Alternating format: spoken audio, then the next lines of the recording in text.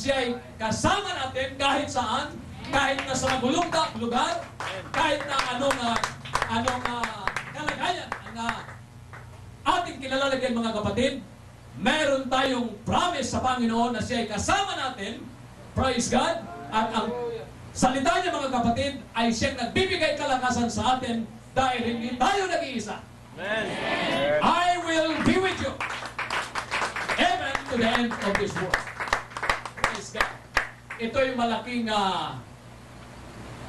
pagpapala para sa atin dahil kahit saan tayo pumunta, ang Panginoong Hesus ay kasama natin. Praise God. May salita rin ng Panginoon na sinabi, mga kapatid, na ang basbas na kahit ano pang pagkakasala ang ating nagawa, ano pang kasalanan ang ating nagawa, ngunit pag tayo lumapit sa Panginoon, ang basbas ay nagpapatuloy para sa atin. Kagaya ng isang babaeng lumapit sa Panginoon, mga kapatid, na isang babaeng maraming kalaguyo at nang dalhin siya ng mga Israelita sa harap ng Panginoon, bawat isa sa kanila ay handa nang magsumpa sa babae. Ngunit nang tanungin nila ang Panginoon, sinabi sa Panginoon kung sino ang walang kasalanan sa inyo ay unang bumato sa babae. Nagsialisa ng bawat isa, babae na lang at ang Panginoon ang naiwan. At alam mo mga kapatid kung ano ang narinig ng babae galing sa salita ng Panginoon, hindi pag-uusig mga kapatid, kung hindi basbas. Neither do I condemn you. Go and sin no more. Praise God. Lahat tayo mga kapatid ay talagang hindi natin masasabing nang tayo'y maglingkod sa Panginoon, going straight na, hindi na tayo magkakasala, wala nang pagkakatisod. Praise God. Bawat isa sa atin, kahit anuman ang katayuan mo mga kapatid, may panahon na tayo'y matisod o ma-offend sa ating mga kapatiran. Praise God. Ngunit salamat sa Panginoon kahit tayo'y magkasala, kung tayo talaga'y babalik at manunumbalik sa Kanya mga kapatid, ang basbas ay nagpapatuloy. Praise God. Dahil sinabi niya, my grace is sufficient for you. Praise God. So, sa ating kapanahunan mga kapatid, we need a blessing to free us from all these curses. Madaling humatol ang tao, lalo na sa ating mga kapatiran. Kasi may mga kapatiran natin na sa kanilang pag-iisip, matagal na sila sa paglilingkod, na para bang sa kanila ay master na sila sa lahat ng gawain, at ang espiritu nila ay nag-iiba, para bang Pharisee spirit. Madaling mamintas, madaling makakita ng mga kahinaan. Praise God.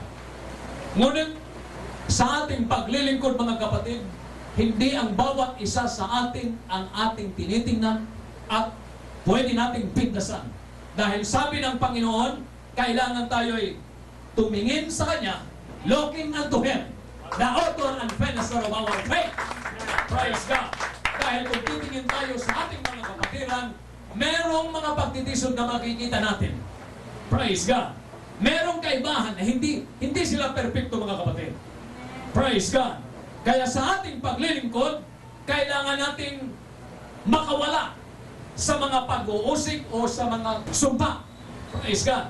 Kailangan nating makalabas. Dahil tayo'y binasbasan ng Panginoon, tayo'y kinuha niya galing sa ating mga kasalanan, at tayo'y hinugasan ng ating mga kasalanan, at tayo'y binago, at lahat, pati na pagsasalita natin, ay may pagbabago na.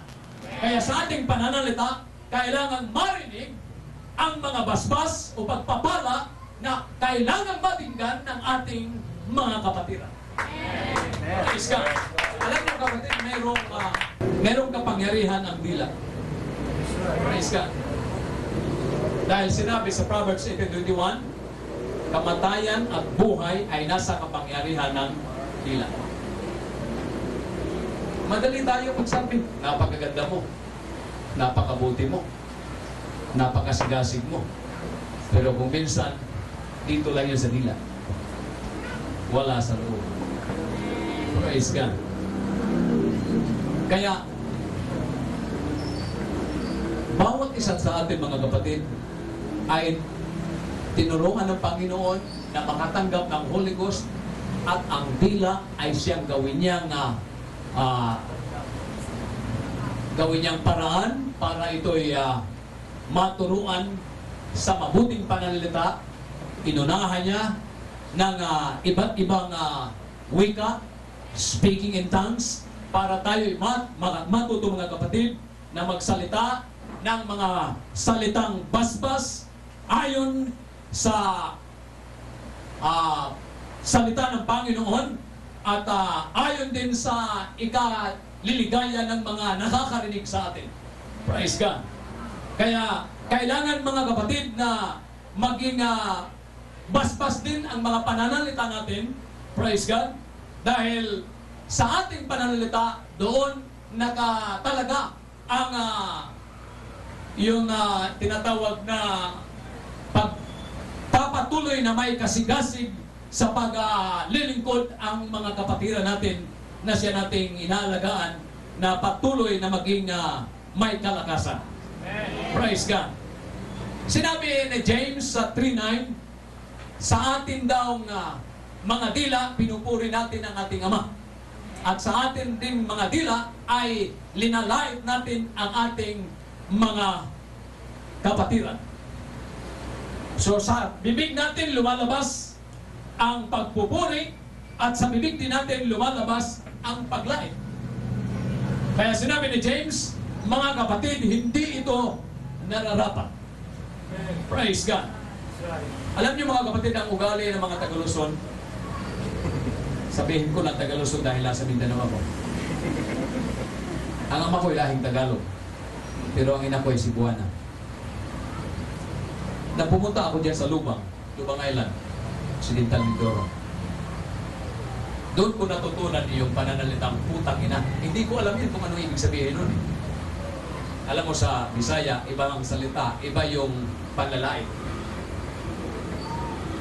So, ginaya ko yung salita ng aking pinsan na kanyang murahin ang kanyang anak, putang ina. At nang magalit din ako sa anak niya, sinabi ko, putang ina ka. Ay kinagalitan ako na aking pinsan. Ano? Pinuputa mo ako? Sabi ko, hindi ikaw itong anak mo. Pero ako ang pinuputa mo Putang ina, sinong ina niyan? Ako. Ganun ba?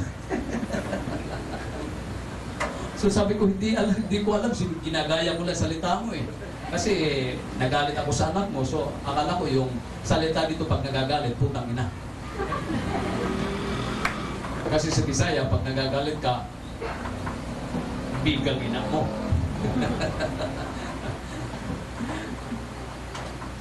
Alam niyo sa Bisaya, pag sa mga Cebuano o sa mga Bulanon, pag nagkikita kayo, merong greetings na yawa pre, ni Amerika. Diba? Pag nagkikita mga medyo mga unbelievers pag nagkikita sila, kahit na sa simbahan, paglabas nila sa simbahan, ano bang expression nila? Anong greetings sila? Yawa pre, asa mo dita? 50. Hapit ko mahadaong. So maraming ganyan mga kapatid, di ba? Na madaling isalita nila, isabi nila yung mga panlalait.